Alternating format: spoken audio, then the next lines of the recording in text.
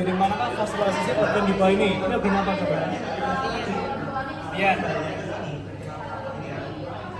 Arteri lianalis. Arteri lianalis. Itu ya. Nih, terus apakah yang membawa sensasi pengecap dari yang tunjuk? Fasialis. Ya, kalau pengecap itu rumusnya 7, 9, 10. Kalau dia 5, 3, 9, 10. Ingat ya.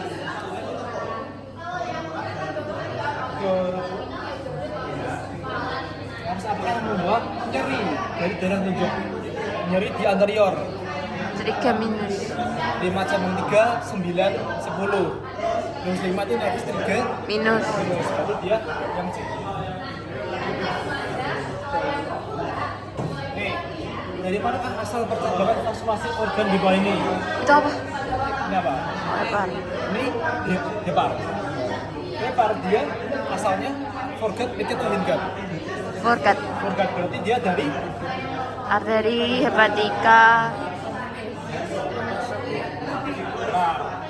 Truncus coealogus. asal percabangan.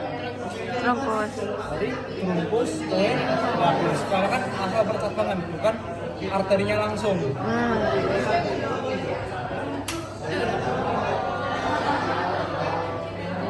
ini apa? Kan bahasa Islam kan. Ini kelenjar apa? Parotid. Parotis. Ingat kalau peradangan kelenjar parotis itu namanya gondok atau gondongan. Virus. Besar. Gondongan. Karena kalau gondong dia di tiroid, jadi leher. Nah biasanya dia disebabkan oleh virus. Virus apa? Virus mumps. MUMS. MUMPS ya. MUMPS. Ada. Enggak sih, nggak boleh. Tapi kayaknya ada dasar kayak gini juga pernah dapat virus mumps. Virus mumps ini dia bisa menyebabkan peradangan di testis, namanya orkitis. Orkitis. Oke, ini nggak keluar. Oke, kita ke materi ya.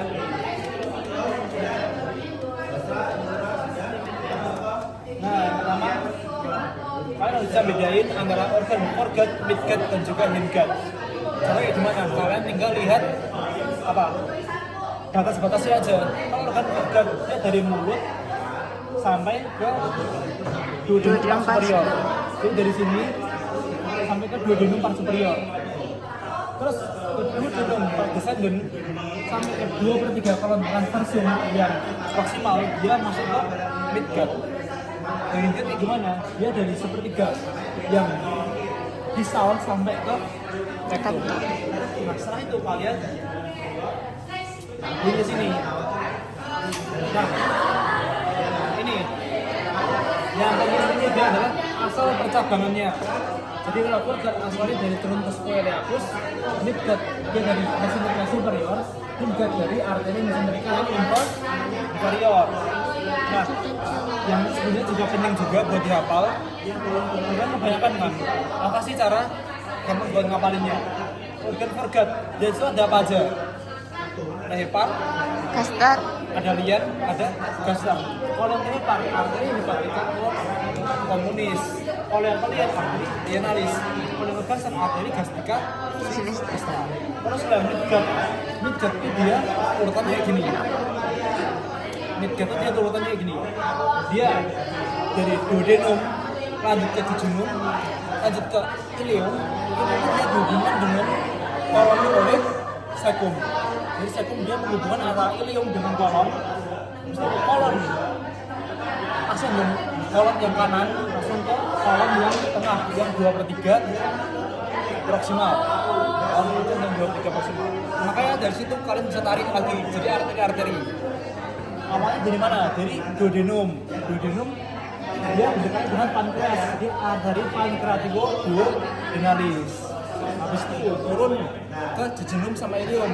Jadi arteri jejunus et ilealis. Dari jejunum et ileum dia ke sekum. Ingat, sekum dia menghubungkan antara ileum dengan kolon. Jadi arteri Ileokolika. Arterinya ilium dan kolon. Terus kolon asal nyebut dia di kanan atau di kiri? Di kanan. Jadi arteri kolika ekstra. Terus 2/3 kolon transversum. Arteri kolika yang terus kalau yang tidak bisanya adalah arteri kolika sinistra, dia buat yang seperti arteri kolika sinistra, dia buat kolon descendant sama sepertiga distal kolon transversum. Terus ada kolon sigmoid, jadi arteri sigmoid ya, sama ada arteri rectalis. Oke. Terus ini ada forget untuk yang informasi ya. Ingat, ada parasimpatis dan simpatis. Simpatis yang forget apa? Splenikus Mayor. majus. Yang midgut splenikus Minus. minus. Yang midgut spleniculum balis. Kalau yang parasimpatis dia ada simpatis sama spleniki pasti. Nah, yang penting adalah kalian tahu penggunaannya gimana. Kalau yang parasimpatis dia fungsinya adalah untuk rest and digest. Jadi dia untuk meningkatkan pencernaan, dia untuk mempercepat pencernaan. Contohnya, dia akan meningkatkan motoritas usus. Dia akan meningkatkan pengosongan lambung. Dia akan meningkatkan produksi enzim. Dia akan meningkatkan sekresi kayak glandula. Oke. Terus kalau yang simpatis dia lawannya, dia untuk menghambat pencernaan. Contohnya menurunkan mobilitas usus, menurunkan pengosongan lambung. Terus yang paling khas itu adalah musculus sphincter pyloric. Musculus sphincter pyloric itu fungsinya untuk apa? Untuk ini, musculus sphincter pyloric di sini. Di gaster. Banyak banget. Dia musculus sphincter pyloric di sini. Dia fungsi adalah untuk mengunci dari lambung supaya dia nggak turun. Jadi dia kalau dia kontraksi dia meningkatkan atau menurunkan pengosongan lambung. Menurunkan pengosongan lambung karena dia ditahan. Kalau dia menurunkan pengosongan lambung, berarti dia simpatis atau parasimpatis? Simpatis. Dan kalau kasusnya dia parasimpatis. Ya.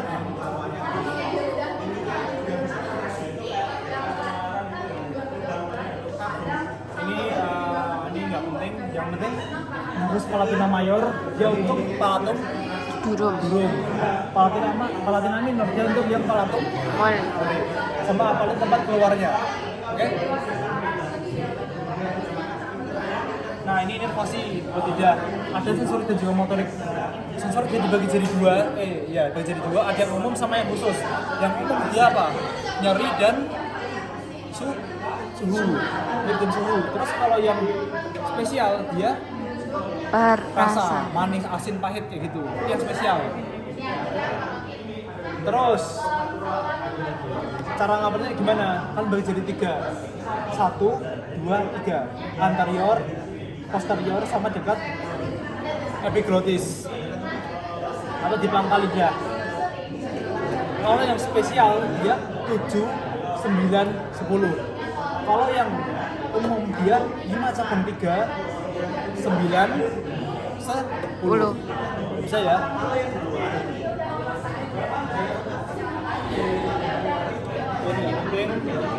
Ini bisa baca sendiri. Ini baca sendiri udah. Oke. Kita bahas klinis. Nah, klinis. Ada apa? GERD itu apa? Gastroesophageal reflux disease. Reflux itu apa? Cairan atau isi lambungnya itu dia naik ke atas, balik gitu. Kenapa bisa kayak gitu?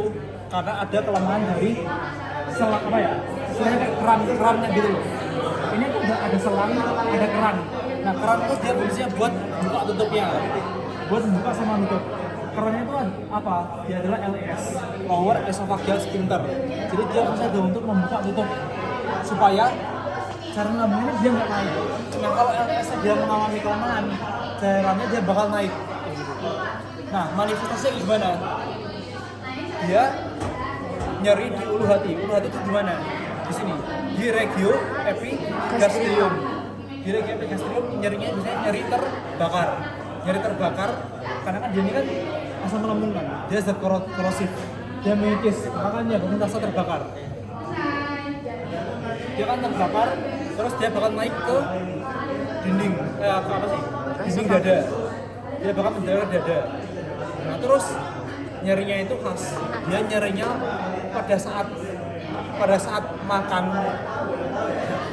sama pada saat tidur. Karena kan kalau pada saat makan produksi asam lambung kan meningkatkan, dia bisa naik ke atas.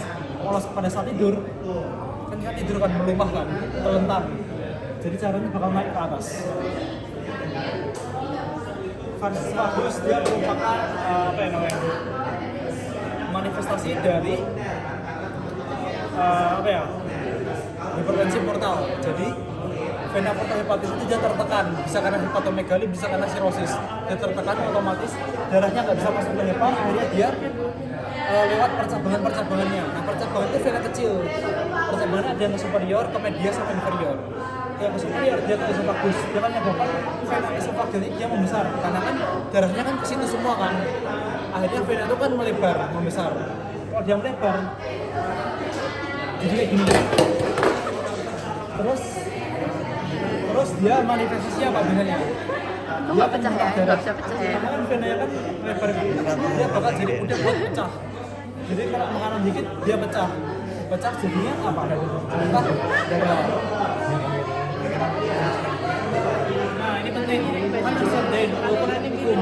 Dia ada dua, ada ulcus gastricum sama ulcus duodenum. Beda di mana? Ulcus gastricum menjadi ulcus gastricum menjadi gaster, ulcus duodenum menjadi duodenum. Nah cara membedakannya gimana? Kita bedakan dari karakteristik nyerinya. Kalau ulcus gastricum dia nyerinya pada saat makan banget, dan dia diperparah dengan berbaring. Kalau ulcus duodenum dia nyerinya 2-3 jam setelah makan. Jadi kan dia makan dulu, nyeri di sini nih, terus makan diolah, dia turun.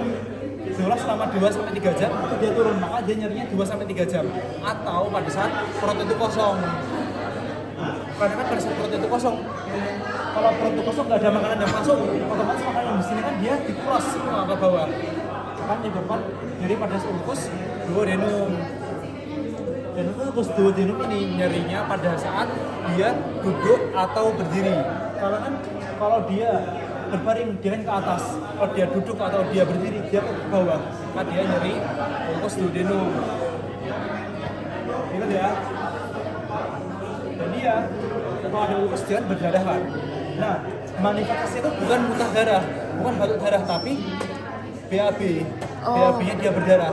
Sekarang mau tanya, darahnya itu dia hitam atau merah seger? Hitam. Kenapa hitam? Karena dia campur sama asam lambung, dan dia turunnya itu lama. Terus dia udah membusuk duluan. Nah, terus kalau yang darahnya fresh, dia itu biasanya ada penyakit apa?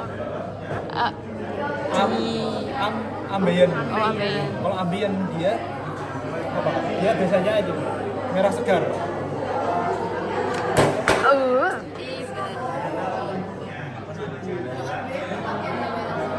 Karena dia langsung dari rektum, dia kan gara-gara ada pecahnya pembuluh darah di rektum, dia langsung pecah, langsung keluar. Dia kan nggak campur sama HCl, nggak ditahan dulu gitu kan, langsung keluar. Jadi darahnya merah segar, jadi dia belum membusuk gitu.